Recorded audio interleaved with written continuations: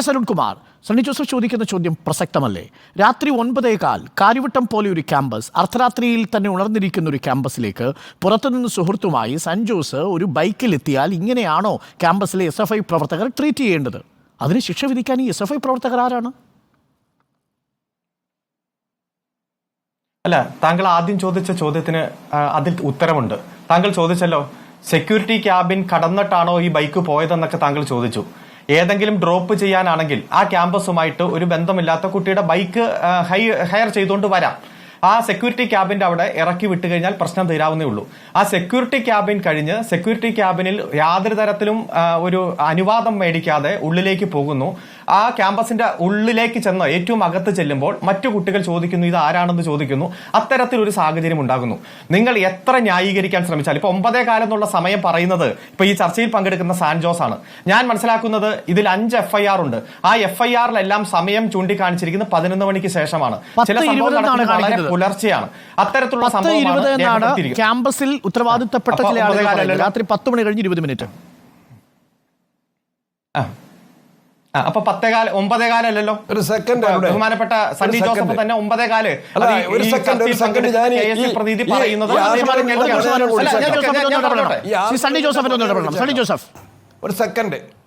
ഒരു second within 1 second.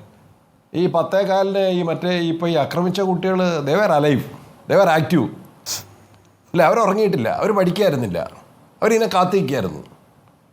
10:15 മണിക്കാണെന്ന് admit ചെയ്താൽ തന്നെ, ആർഗ്യുമെന്റ് സേക്ക് അഡ്മിറ്റ് ചെയ്യുന്നു, അഡ്മിറ്റ് ചെയ്താൽ തന്നെ അവർക്കിത് കാത്തിരിക്കാം. 10:15 ഒരു വലിയ, അവരെ സംബന്ധിച്ച് അതൊരു അല്ല. സണ്ണി ജോസഫ് അതൊരു റിസർച്ച് ഹോസ്റ്റലാണ്. അവിടെ റിസർച്ച് ഹോസ്റ്റലിൽ ആ രീതിയിൽ ഒരു ട്യൂട്ടറൊന്നുമില്ല. മാത്രമല്ല റിസർച്ച് ഹോസ്റ്റലിൽ അവർ രാത്രിയിൽ ആളുകളാണ്, സയൻസ് അടക്കമുള്ള വിദ്യാർത്ഥികൾ അവർ അർദ്ധരാത്രികളിലൊക്കെ ഉയർന്നിരിക്കുന്നതാണ്. നമുക്കറിയാലോ കാര്യവട്ടം ക്യാമ്പസിലെ റിസർച്ച് ഹോസ്റ്റൽ. ഞാൻ അവിടെ താമസിച്ചുകൊണ്ടാണ് ഞാൻ ഇത്ര കൃത്യമായിട്ട് അതിന്റെ ഭൂപ്രകൃതി പറഞ്ഞത്.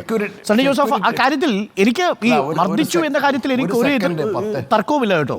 അവിടെ മർദ്ദിച്ചിട്ടുണ്ട് എന്നുള്ളത് കൊണ്ടാണല്ലോ ഈ പ്രശ്നങ്ങളൊക്കെ ഉണ്ടാവുന്നത്. പക്ഷേ അതിന്റെ സാഹചര്യം എന്തായാലും അന്വേഷിക്കുകയായിരുന്നു. സണ്ണി ജോസഫ് ചോദിച്ചതുപോലെ 10:15 അങ്ങനെ സുഹൃത്തുമായിട്ട് ചെക്ക് പോസ്റ്റ് കടന്നു വന്നാൽ മർദ്ദിക്കുകയാണോ വേണ്ടത് എന്ന ചോദ്യം അവിടെയുണ്ട്. വലിയ പാതകമാണോ അത്? അല്ല, നമ്മൾ പറഞ്ഞല്ലോ, അപരിചിതനായിട്ടുള്ള കുട്ടി മറ്റൊരു വിദ്യാർത്ഥിയെ കൊണ്ടുവന്ന് ഡ്രോപ്പ് ചെയ്താലൊന്നും അവിടെ യാതൊരു തരത്തിലുള്ള പ്രശ്നം ഉണ്ടാവില്ല സ്വാഭാവികമായിട്ട്. ഞാൻ പറയട്ടെ, അല്ല അദ്ദേഹത്തോട് തന്നെ ചോദ്യം ചോദിക്കും.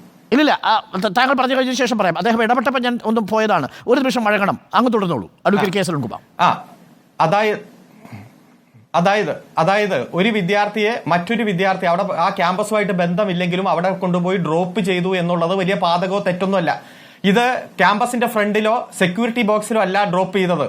ഡ്രോപ്പ് ചെയ്യാതെ തന്നെ ഈ വാഹനം, അതായത് പുറത്തുനിന്നുള്ള വിദ്യാർത്ഥിയുടെ വാഹനം ക്യാമ്പസിലെ സെക്യൂരിറ്റി ബോക്സിലുള്ള ഉദ്യോഗസ്ഥന്മാരുടെ അനുവാദമില്ലാതെ ക്യാമ്പസിന്റെ അകത്തേക്ക് പ്രവേശിക്കുകയും ഇത് ആരെന്ന് ചോദിക്കുമ്പോൾ, ഏതാണ് ഈ അപരിചിതൻ എന്ന് ചോദിക്കുമ്പോൾ ഉണ്ടാകുന്ന വാക്കുതർക്കമാണ്.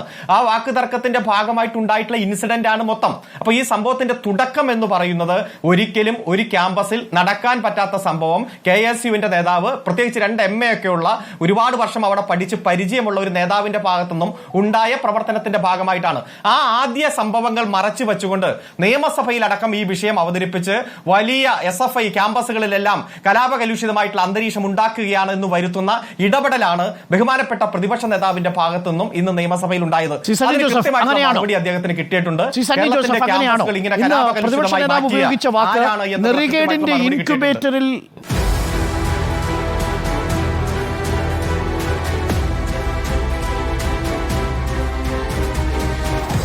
Debate with Arun Kumar.